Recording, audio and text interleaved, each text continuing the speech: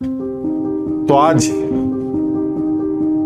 से तपस्या स्टार्ट करनी, और जैसा बात हुई हमारी पहले भी, जलना है।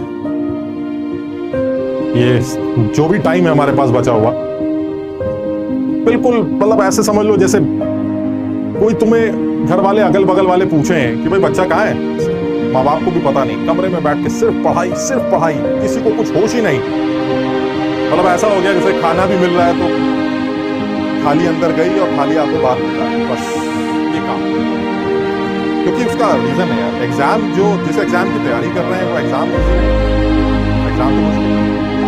और मैं ये नहीं कह रहा कि एग्जाम मुश्किल इन द सेंस कि पेपर टफ आएगा या पेपर टफ आता ना, मुश्किल कुछ और, मुश्किल है वो कॉम्पिटिशन।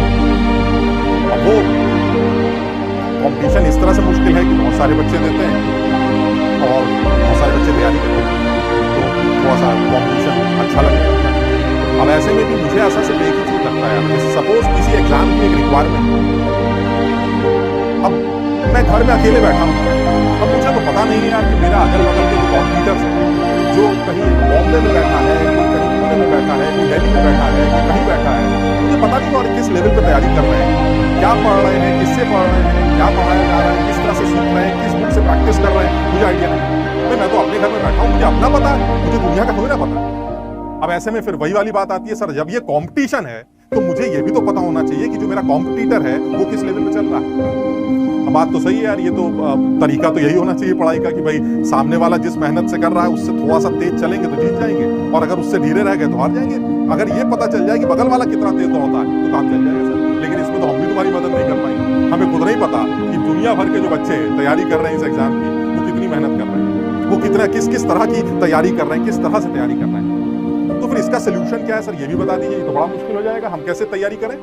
इसका एक ही सोल्यूशन, दिन में 24 घंटे हैं। ये तो कॉमन है, ये तो नहीं कह सकते सर मेरे लिए 24 है, फलाने साहब के लिए 26 घंटे, ना सबके पूरी दुनिया के लिए 24। चलिए ये भी ठीक। सर अगर पूरी दुनिया के लिए 24 है तो क्या करें? 24 घंटे में 6 घंटे, 7 घंटे, 6.5 घंटे सोना जरूरी लगता है, क्योंकि अगर ऐसा वो नहीं कर रहा है तुम्हारा कॉम्पिटिटर तो 5-10 दिन में उसकी बैंड बनने वाली है, ये तो तुम जानते हो। तो इसका मतलब है वो बंदा भी 6-7 घंटे, 6 घंटे, 6.5 घंटे अकॉर्डिंगली वो सोता हो। चलिए ठीक है सर, 24 में से अगर हमने 7 घंटे हटा दिए, 6 घंटे हटा दिए, तो हमारे पास 18 घंटे के आसपास बचे। अब तुम ये भी जानते हो सर उस 18 घंटे में उसको खाना पीना, कुछ जरूरी काम करने, नहाना धोना, कुछ ऐसा, समझ बात को कुछ टाइम अगर वो सब हटा दो, 3-4 घंटे खाने पीने के, कुछ थोड़ा सा फ्रेश होने के या तमाम चीजों का अगर मैं अलग भी कर दूँ, चलिए 4 घंटे और माइनस कर लेते हैं सर। अब जो है हमारे पास 14 घंटे, यानी जो मेरा कॉम्पिटिटर है, एक चीज तो क्लियर है, वो 14 घंटे के ऊपर तो नहीं पढ़ पाएगा, ये तो क्लियर है सर, क्योंकि उसके पास भी 24 घंटे है, सोना उसको भी है, खाना उसको भी है, जरूरी काम उसको भी करने हैं, इसमें तो कोई डाउट ही नहीं है सर, इतना टाइम तो पढ़ पाएगा। चलिए ठीक है सर, इतना मुझे भी करना चाहिए, चलिए बहुत बढ़िया। सर आप ये बताइए, आप बच्चे को 14 घंटों में क्या करेंगे? 14 घंटे में अगर मैं ये कहूँ कि तुम्हारे कॉम्पिटिटर्स जो अच्छी रैंक देने वाले हैं, देखो मैं तो अच्छी रैंक की बात कर रहा हूँ, प्लस सिलेक्शन की भी बात कर रहा हूँ, जो अच्छी रैंक देने वाले हैं अगर मैं उसको टारगेट बनाऊँ, समझो बात, तो वो 14 घंटे में से 12 घंटे, 12.5 घंटे, 11 घंटे, 11.5 घंटे पढ़ता हो। और ये उसने शुरू कर दिया होगा, उसने वेट नहीं करेगा, वो जो रैंक देने जा रहा है ऊपर की, वो शुरू कर चुका है ये काम, वो तुम्हारा इंतजार नहीं करेगा कि जब लोग दौड़ना शुरू करेंगे तो हम भी दौड़ना शुरू करेंगे, ना, वो तो शुरू हो गया।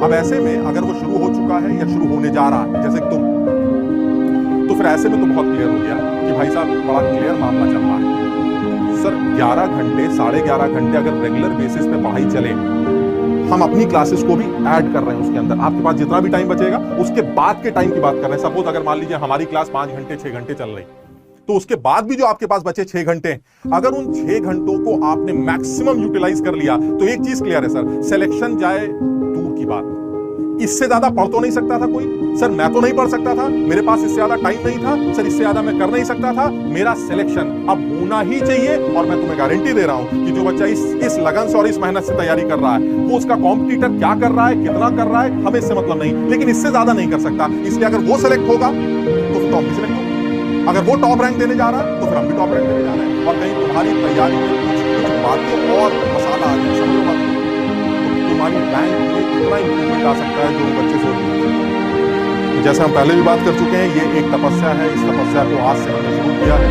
ये तुम्हारी अकेले की तपस्या नहीं है यार, ये हमारे लिए भी एक टेस्ट है, ये तुम्हारे लिए भी एक टेस्ट है, ये तुम्हारे पेरेंट्स का एक टेस्ट है। हर आदमी अपना सहारा देगा।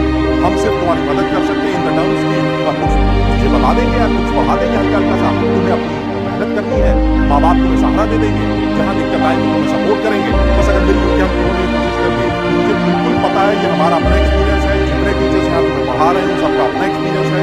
मेरी बात मानो, इसमें सिलेक्शन अच्छी रैंक से होना ही है, इसमें कहीं कोई दो राय है। बस यही है कि आप इसमें डरना नहीं, इसमें हारना नहीं।